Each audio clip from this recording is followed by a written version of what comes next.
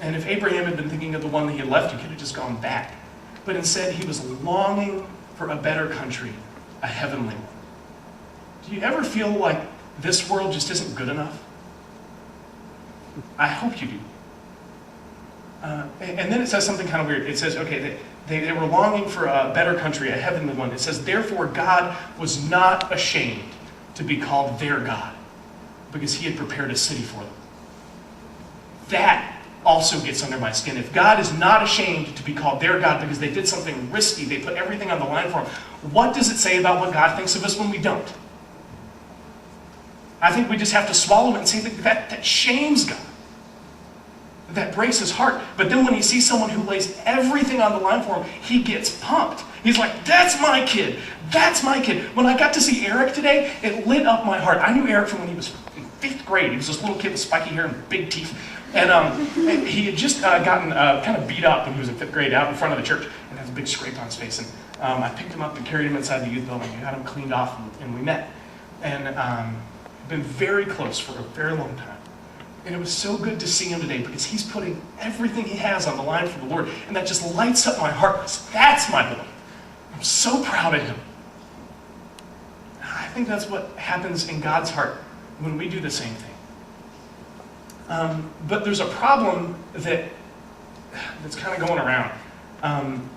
Okay, if you have these people who put everything on the line for God, and these people who and they were put to death by the sword, and they were stoned. Isaiah was sawn in half with a wooden saw. People were exiled. Later in Hebrews 11 it says the world wasn't worthy of them. They were so much better than the world. The world didn't know how to handle them.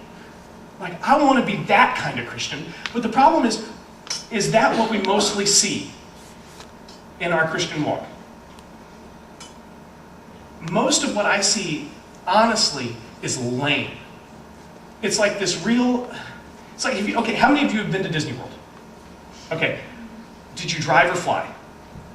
Drive. What was the car ride on the what was the car ride like on the way to Disney? It's if you were like my family, it's totally miserable. You're trapped in the back seat with your brother, and you're fighting, and your parents are like, "Shut up!" And the only thing that's keeping you in line, there's all these rules, do not cross that line, do not eat his jujubes, do not, there's all this stuff, and the only thing that's keeping you going is at the end you're going to get to meet Mickey. Oh boy! And you know what I mean? And that's the only thing that acts is keeping Christians going in our culture. It's sit in the back seat, don't do this, don't talk like that, don't watch the Chappelle Show, and at the end we'll get to go play with Jesus. Oh boy! So life is viewed as this lame ride in the back seat with your angry parents in the front seat going, "Shut up!" And that's what Christianity's like. And most of what we see, and so you're sitting in the back seat, you're like, honestly, this sucks.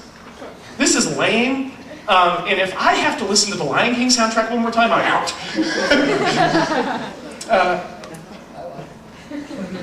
Just can't wait to be king. Or even worse, people do this thing where God is he's optional. And they have this little cute Jesus, he's like a yard gnome.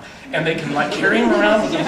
And you're like, "You're so nice, Jesus. I love you. You're great." And as soon as he gets annoying, they shove him in the closet he's like, "Let me out, stay in there, Jesus." And it's kind of it reminded me of this. Look, if your dog can fit in your purse, it's not a dog. Yes. It's an accessory. All right? But isn't this kind of what we do? We're keep little Jesus in the bag. He's so cute. You pet him. I have my latte. I'm very comfortable. And as soon as he poops in my bag, you take him off. You're like, "Bad Jesus, stay home." And that's how things go. People don't actually want to deal with what it's like to carry Jesus around with them. And Jesus gets reduced to this 2-inch tall, little cute, "How you doing down there? Okay, you want me to be nice? I'll be nice." And as soon as he says something that you don't want to do, you're like, "Man, forget you." Don't you? It's funny, but it's also kind of sad. And I think it's what happened? We have a history of people who died for the faith. St. Peter was crucified upside down. John, they tried to kill him. It didn't work, so they dropped him off on an island. They're like, figure that one out, buddy. Paul, he was beheaded in the Colosseum. Thomas was martyred in India. In India, he sold himself as a slave onto a ship just so he could go to India and preach the gospel. And we have this cute little Jesus that sometimes we just want to forget that we have. And so you just leave him at home in your little like wannabe Louis Vuitton bag. Well, like what happened between point A and point B? And here's the thing, and this is where I hope I can get under your skin. If you're the kind of Christian that you can leave Jesus at home when you don't want him, or you're the kind of Christian that just views the Christian life as like the annoying ride to Disney World, let me tell you, you're not a Christian.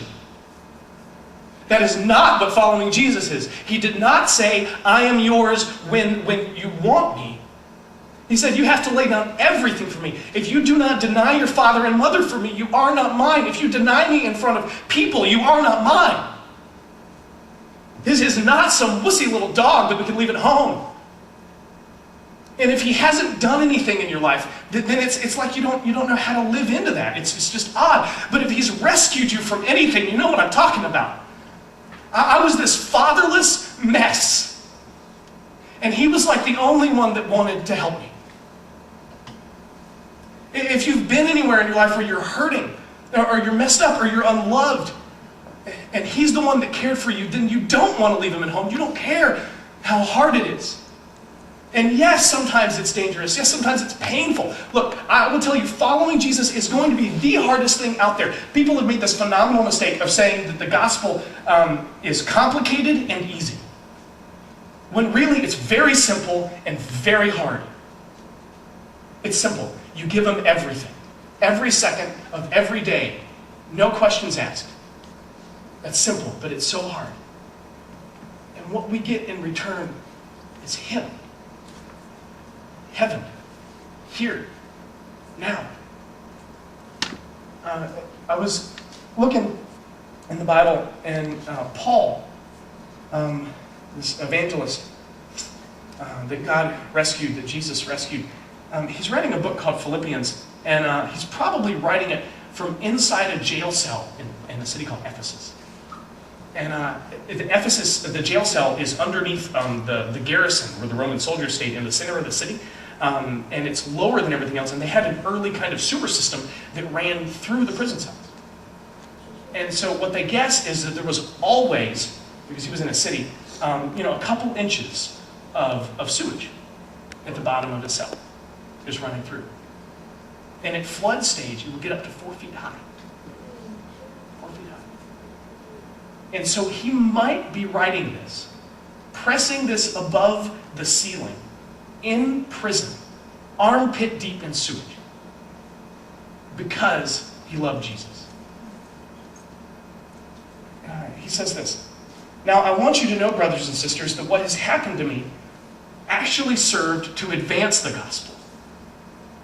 As a result, it has become clear throughout the whole palace guard and to everyone else that I am in chains for Christ. And because of my chains, most of the brothers and sisters have become confident in the Lord and dare to proclaim the gospel without fear."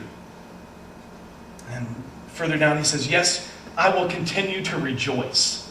Like, I hope that freaks you out. He's standing in sewage and he's saying, "I'm rejoicing, for that I know that through your prayers and God's provision of the Spirit of Christ Jesus, what has happened to me will turn out for my deliverance. I eagerly expect and hope that I will in no way be ashamed, but will have sufficient courage so that now and always Christ will be exalted in my body, whether by life or by death. For to me, to live is Christ, but to die is gain. If I'm to go on living in my body, that means fruitful labor for me. Yet what shall I choose? I do not know. I am torn between the two. I desire to depart and go be with Christ, which is better by far."